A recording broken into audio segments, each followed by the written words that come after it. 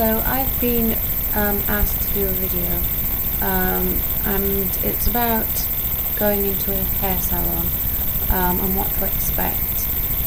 I was hoping to wait till I had washed my hair, but I don't really think it will affect the video. I'm not sure who would be interested, but I suppose if you haven't been to one, you might want to know what it's like.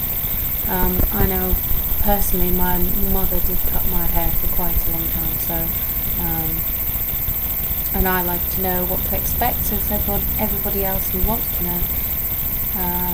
Basically, when you go to quite a posh salons, shall we say, you know, the ones that do designer hair care and it costs a little bit extra. You shouldn't be intimidated, and you just go up to the front desk and you say hello and you tell them who you are and what time your appointment is, and they're usually very friendly and they'll probably ask you to take a seat. There'll be a little waiting area probably, and because your hairdresser might be seeing somebody else, and they might take your coat at this point, and they might ask you if you want a drink, and a good hairdresser would probably take you across and sit you down and have a little consultation first to make sure that they know what you want, what you've come for today, because obviously they'll know that you want a haircut or a colour or whatever you're having, or a perm, I don't know, straightening, and updo, whatever it is. But they'll probably, usually when I go, and I don't go very often, I generally do my own hair, but everybody needs a proper haircut every now and again. I'd love to, if I could afford it, I would go all the time and have it coloured there as well, but I can't, so I just go like once or twice a week, yeah, once or twice a year.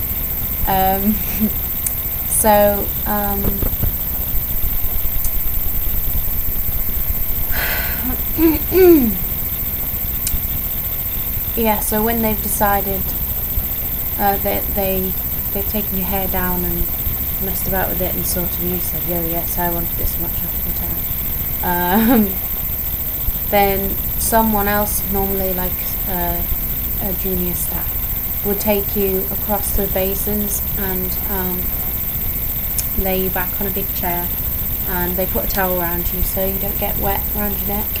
And it's normally, I don't find that particularly comfortable because it's hard on your neck and everything, but then they'll wash your hair. Sometimes they shampoo it twice, sometimes once, and they'll put conditioner on at my salon. They give you like a nice head massage and it's so relaxing, and they can put your feet up, and some of them have like a vibrate, but I don't want to vibrate, but yeah, it's really, really relaxing. I think that's the best bit, because if they do it well, it's very relaxing. If they do it badly, then they like squash your head too hard, and sometimes they get their soapy hands on your makeup like this, and I think, oh no, there's big lines and splashing in your face. But that's generally not the experience. And if you take a little brush with some bronzer on, just if you're fussy that your makeup will be messed up, when you come out you can just like put the bronzer at the sides. That's normally where it shows there, where it's dark. But I'm not as fussed now as I used to be. I used to be really stressed about that because my makeup wouldn't be perfect when I came out. I couldn't give a toss now. So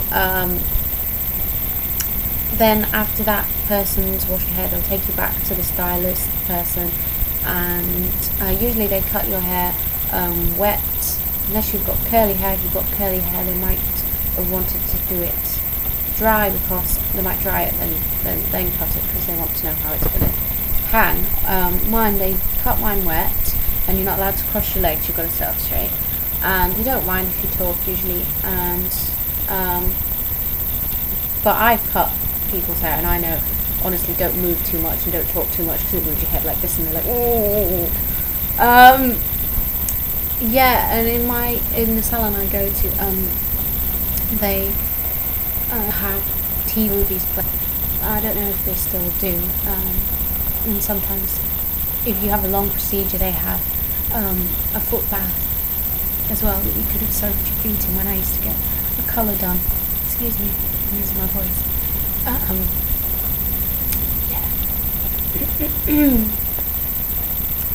And then after they cut the back, they'll blow dry it really smooth, or however you want it, and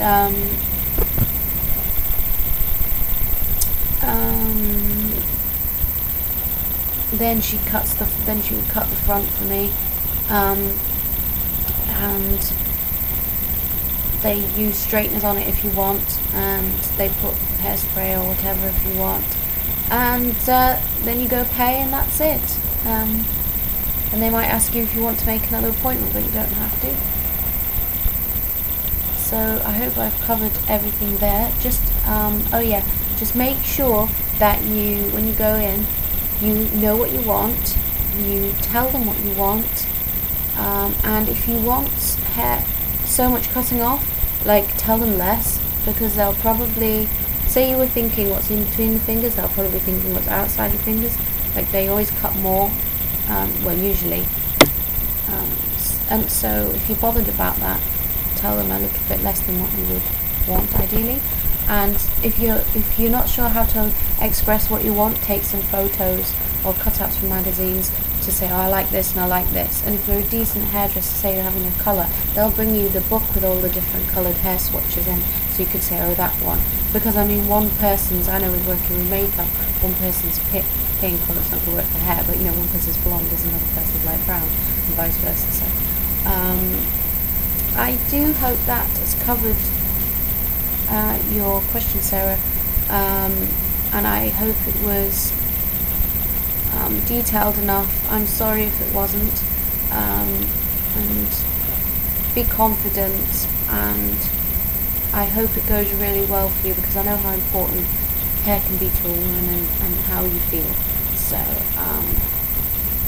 thank you, and